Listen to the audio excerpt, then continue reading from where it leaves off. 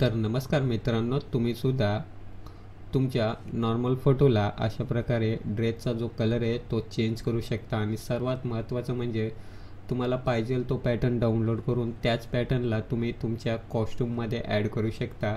यासाठी तुम्हाला फोटोशॉपचा वापर करायचा आहे। तर फोटोशॉप ओपन करायचा आहे तुम्हाला, त्यानंतर इकडं फोटो ॲड करायचा आहे। फोटो ॲड केल्यानंतर इकडं तुम्हाला टूल सिलेक्ट करायचं आहे। हे वाला या टूलचं जे नाव आहे ते आहे क्विक सिलेक्शन टूल। हे टूल सिलेक्ट केल्यावर इकडे जे कॉस्ट्यूम आहे त्याला तुम्हाला सिलेक्शन करायचं आहे अशा पद्धतीने, ठीक आहे। तर मी या कॉस्ट्यूमला सिलेक्ट करतो। कॉस्ट्यूम सिलेक्ट झाल्यानंतर तुम्हाला इथं शॉर्टकटचा वापर करायचा आहे, कंट्रोल जे दाबायचे।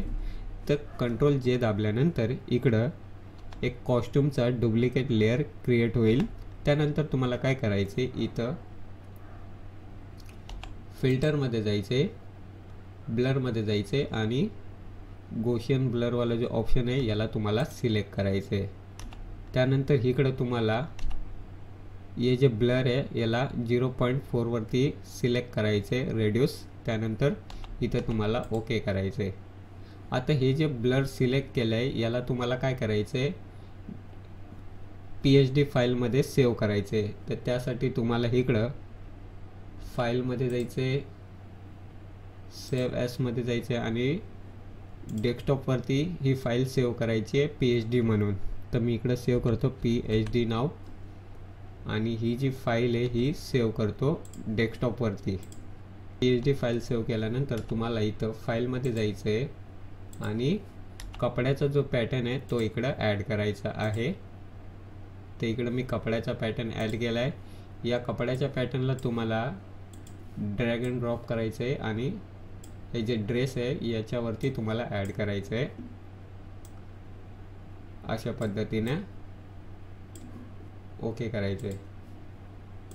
त्यानंतर तुम्हाला इकडे बघा, हे जे लेयर आहे इकडे ड्रेसवाला जो लेयर आहे त्याला तुम्हाला सिलेक्ट करायचं आहे आणि राईट क्लिक करायचं आहे। त्यानंतर इथे एक ऑप्शन आहे क्लिपिंग मास्क करणं, या ऑप्शनला तुम्हाला सिलेक्ट करायचं आहे। याच्याने काय होईल, हा जो आपला जो ड्रेसचा जो पॅटर्न आहे तो इकडं ॲड होऊन जाईल आपल्या कॉस्ट्यूममध्ये। त्यानंतर तुम्हाला काय करायचं आहे, फाईलमध्ये जायचं आहे आणि तुम्ही जे PSD फाईल सेव्ह केलेली त्या फाईलला तुम्हाला इकडं ॲड करायचं आहे। तर मी जी फाईल सेव्ह केलेली PSD इकडं बघा, ती फाईल इकडं मी सिलेक्ट करतो आणि ओपन करतो। ओपन केल्यानंतर तुम्हाला काय करायचं आहे, इकडं बघा हे जे नॉर्मलवाला जो ऑप्शन आहे इकडं तुम्हाला सिलेक्ट करायचं आहे लिनर बूम। ये जो ऑप्शन आहे लिनर बूम, ये ऑप्शन तुम्हाला इकडं सिलेक्ट करायचे आहे। त्यानंतर तुम्हाला काय करायचं आहे, इकडं बघा इकडं इफेक्टवाले जो ऑप्शन आहे इकडं तुम्हाला जायचं आहे आणि इकडं तुम्हाला सिलेक्ट करायचं आहे ब्लेंडिंग ऑप्शन। या ऑप्शनला तुम्हाला सिलेक्ट करायचं आहे। तर अशा प्रकारे पॅटर्न ओपन होतं। त्यानंतर तुम्हाला इकडं काय करायचं आहे, ब्लेंडिंगचं ऑप्शन ॲड झाल्यानंतर इकडं बघा ओपॅसिटी लिहिलं आहे ना 100%, इकडं थोडीसे ओपॅसिटीला थोडंसं कमी करायचं आहे आणि इथं फिल ओपॅसिटी लिहिलं आहे इकडं पण थोडं कमी करायचं आहे अशा पद्धतीने। आता इकडं बघा कपड्यामध्ये रेड कलर आहे, ते इकडं काय करायचं आहे, रेड कलर सिलेक्ट करायचं आहे आणि थोडंसं सेटिंग करायची आहे अशा पद्धतीने।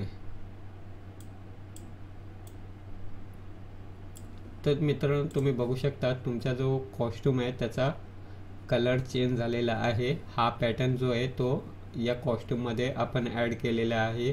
तर तुम्ही सुद्धा असं कोणताही पॅटर्न डाउनलोड करून तुमच्या कॉस्ट्यूममध्ये अशा पद्धतीने ॲड करू शकता। तर मित्रांनो तुम्हाला जर आमचा व्हिडिओ आवडला असेल तर आमच्या व्हिडिओला लाईक करा, शेअर करा आणि सबस्क्राईब करा। धन्यवाद।